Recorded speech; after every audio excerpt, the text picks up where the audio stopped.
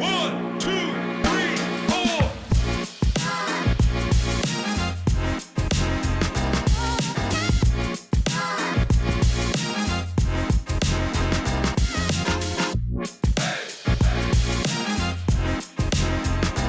We'd like to welcome into the podcast today Kory Allen, head football coach at the University of Findlay, as we make our stop at UF for the Talkin G-MAC Tailgate Tour as we get ready to kick off the fall sports season with our football schools getting ready to play later this month. Coach, thanks for taking some time to chat with us. I know you're a busy man with fall camp and the guys getting back to campus over the last couple of weeks.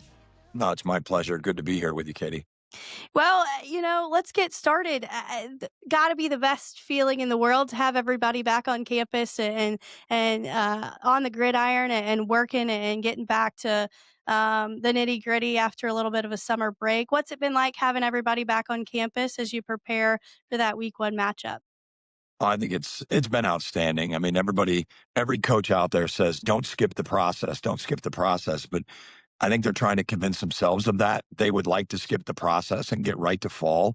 But even just having the band back on campus, you can hear them practicing, as we're out there and just campus has come alive. We just started classes yesterday, so we're back into it. And as much as you like fall camp, I think there's that rhythm of the school year. And it just felt like football yesterday when we went out there and practiced in the afternoon after guys had been in class sessions and campus is abuzz. It's an exciting time of year for us football fans.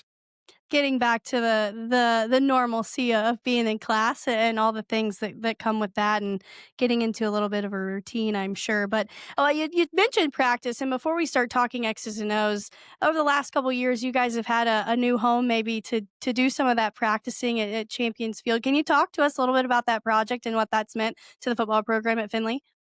Oh, it's you cannot understate how big it's been to be able to practice right out of the back of our facility building. Our alumni stepped up, the university stepped up in a big way. Of course, we played down at Donnell Stadium, which is a community stadium in the south end of our community. But before Champions Field was built, when we broke meetings, we'd have to get in cars, get in the back of pickup trucks, go down to an intersection, over and overpass, and then heaven forbid, once we get out there, that we get a lightning delay. Guys would have to go sit in their cars. They'd be sweaty at the end. They'd have to drive back in their cars, just sweating all over the cloth seats and just not an ideal setup. And so we've really changed the game, and it's everything from, we were out there this morning for a 30-minute walkthrough before we sent guys to class and practicing, and just guys getting extra work in on their own. And we're right in the heart of campus. There's not a day that goes by where I don't see Jim Gibbons walking by or popping out there, or Charlie Ernst, our basketball coach, Wick Kachalgoff, our volleyball coach. It's there. We've had basketball guys from our men's basketball team out watching practice when before we were kind of on an island off in the middle of nowhere, and we had to do a lot of shared space. Women's soccer would be getting done, we'd get on, and then women's lacrosse was coming on after that. And so even just that extra work that the guys get in, they've been able to do on their own has been outstanding. Well, it's certainly, I think, really cool to have you guys on campus, and it really is kind of in the heart with people. I'm sure now that the general population of students are back on campus, they're milling around as you guys are getting going. So I'm sure it hypes things up a little bit more as you get ready for 2025. So let's talk a little bit about X's and O's. You come off the 2024 season, finished that year 9-2. We're ranked as high as number 20 in the nation at some point. If you could kind of wrap a bow on 2024 as you get ready for 2025, I know this is a veteran group, and we'll talk about some of those returners in a second. But what momentum can you take from 2024 as you head into fall this year? Well, I think it's interesting. Does it carry over? Right. I mean, it was such a long, long time ago. I think there's things that kind of get etched in the back of your mind from that prior season. We're certainly proud of some of the things that we were able to accomplish, and we're certainly very aware of the things that we didn't. And I think the standard is the standard here, and our players and our coaching staff have an expectation to be at a certain level, and ultimately we didn't achieve those goals last year. And so, I had a coach tell me that I used to work for, there'd be a lot of people in the country that'd be very, very happy with 9-2. And That's okay. We have a standard that we want to keep very, very high, and we know the competition in this league week in and week out is getting better and better every year. And so I think that that season is securely in the rear view, and our eyes are on what's in front of us. Well, before we get into some of those returners, you did lose a couple of key guys, some all conference honorees, co-defensive lineman of the year, and Joseph Carter. You lost your quarterback in Matthew Reevy. Talk about maybe some of the holes that you've got to kind of fill this year. I mentioned a veteran group; those were really two of the big guys you lost. You got almost all of your 11 all GMAC picks back. So where are some of those holes, and what have you guys been kind of focusing on here in fall camp, kind of building off of some of that veteran experience that you have? Yeah, I think once every year, you sprinkle in a couple new guys via transfer, and then you bring in a freshman class, and basically there's certain pieces of the puzzle that are already laid out, and now you just have to say, okay, which guy fits for where we have those holes, and there were some things that we needed to identify and go after in recruiting to get ourselves to a point where we felt like we gave this very, very strong senior class the best opportunity to win. And obviously there's a quarterback battle that's ongoing. And then and we had an outstanding young player behind Joseph Carter on the offensive line that we were able to redshirt because Joseph was our starter at right guard, and that young man took over that position. Nick Bermuth took it over in spring ball and has solidified it through fall camp. And we're certainly very excited about that. So if you're recruiting right, you should be bringing guys up through the ranks to take over when you lose those pieces. Well, let's talk a little bit about some of those returners, especially some of those all GMAC performers, and some that it went on to receive, all super region and things like that. I think Jan Harvey just made some headlines with his D2football.com, making that Elite 100 watch list. What can he do at that defensive back position? I know he's a sophomore this year, so still got some years ahead of him. But what can someone like him who may be young as far as year wise, but has already seen a lot of minutes in the orange and black? Yeah, his maturity level is far beyond his actual birth date on his ID, and I don't think you can play as a freshman in this league if you don't have that maturity at a young age. And Jayon is just super super steady, an exceptional athlete, an exceptional student. Was in my office earlier this morning. I mean, this is a guy that's on top of things, and somebody that even early on. Sometimes when you have, because we have a couple 6th-year seniors, we have some 5th-year guys, 4th-year guys. I think sometimes it's hard for the freshmen to understand just how far in the future that is.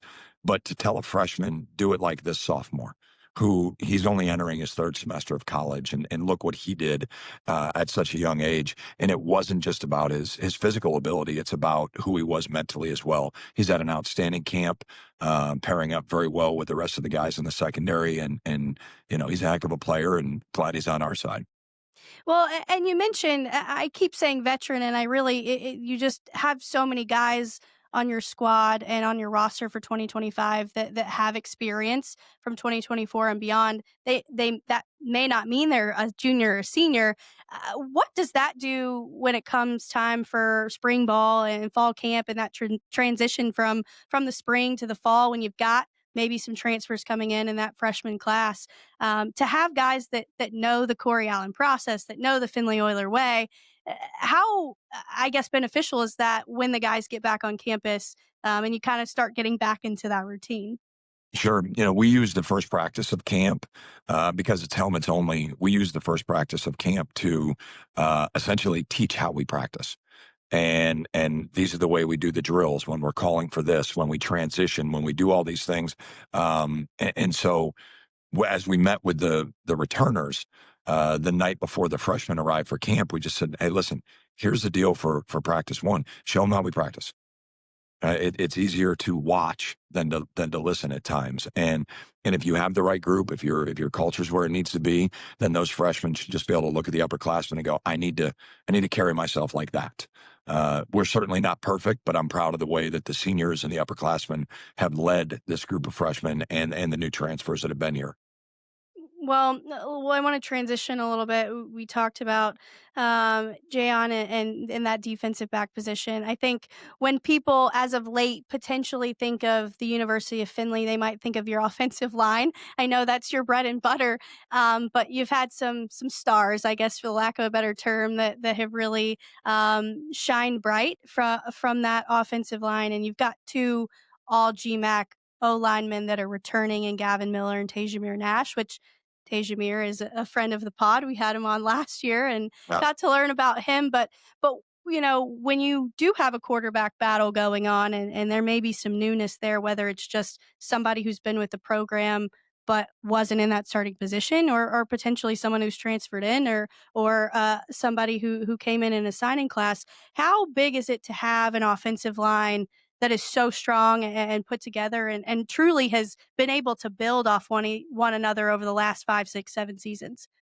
Yeah, I think it's the next man up. And there's been a tradition established here, and it goes back. I was texting a couple guys that I and we had a showed up on Facebook. Right, it's a great place to store memories, and it was 13 years ago.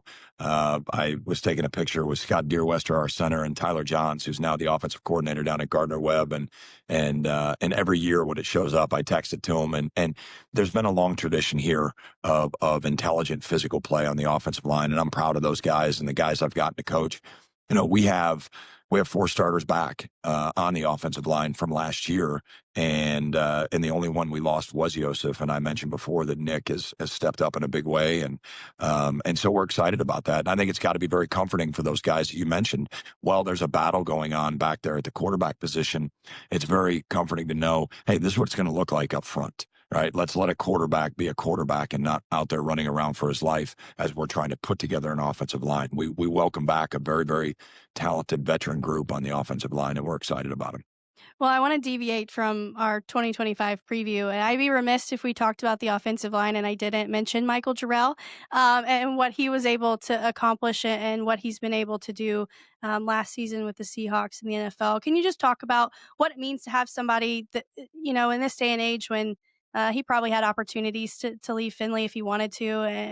I talked to Tajamir and he said the same thing. Like I'm committed to the Oilers and this is where I want to play. And, when there are opportunities like that for people to be a part of a program at this level and to contribute the way that some of these guys have been able to do. And I know that there's others other than Michael who've done the same thing, but what does that mean to you as a coach and to your program? Well, I'm just so grateful for his commitment and his belief in what we were doing. I didn't sugarcoat it when he came in for his last year. I mean, I think it's been fairly well documented. I told him, if you go in the portal today, you'll have 40 Division I scholarships. It's not about that. Do you want quick NIL money and to go somewhere based on their needs, or do you want pro money? And he said, Coach, I think I'm a pro player. And I said, look, we had 25 teams in when you were a junior. They're all coming back. If nobody was coming to the door here, I could understand. But you're a known commodity, and Michael's a proud two-time graduate of the University of Findlay. He got his undergrad and his MBA thanks to COVID year and redshirt. So he was able to get 2 degrees and started 3 games as a rookie in the NFL. It was his birthday yesterday, so was able to reach out to him. It's just been awesome to watch him develop and grow, and I'm so proud of him. He was back in Indianapolis and did a camp at his home high school, at Pike, for all the kids in the community, and had one of our other University of Findlay alums, Drew Ogletree, out there as a tight end for the Colts. And what an awesome experience for him. And he's a great human being, and I'm proud of him. Yeah, well, it's certainly been fun to watch him on Sundays or Mondays, and know that we got our conference up there. Only D2 player drafted that year, so certainly a proud moment for you all, and we're excited to continue to watch his success. So back to the to 2025. Sorry to deviate, but really really wanted to Okay. ask you about that. From the offensive side, I think last year certainly one of our better offensive performing teams in the league, and you guys were able to put some points on the board. I think what can folks expect on the offensive side? I know there's some questions, especially at that quarterback position, which is so very important. But what can folks expect when we get ready to kick things off here at the beginning of September on the offensive side from the Oilers?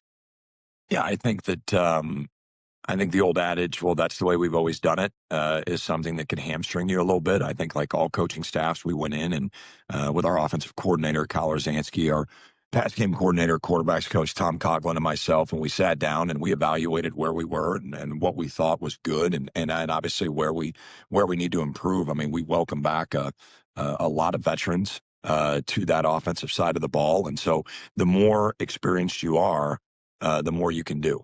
And we talk about it, especially with the offensive line on, we're in college, right? This is college football. So think of it this way. There's 100 level classes, 200, 300, and 400 level. We want to execute at the 400 level. And I think we have the experience right now to be able to do that. I think that you're going to see a multiple offense that has the ability to get after you in the air and on the ground. And I think that's been something that we've strived to do over the years. But I certainly feel like we have the pieces in place to do that and do it efficiently on offense. Well, and I can't ask you the offensive question without asking you the defensive question. We've talked about some of those stars. Christian Stokes, someone we haven't mentioned in that defensive back position as well. Just what do those guys bring to the table? Not only with just their experience. I know Christian was a transfer last year, but just their ability and their playmaking ability. Both sides of the ball have to work together, right?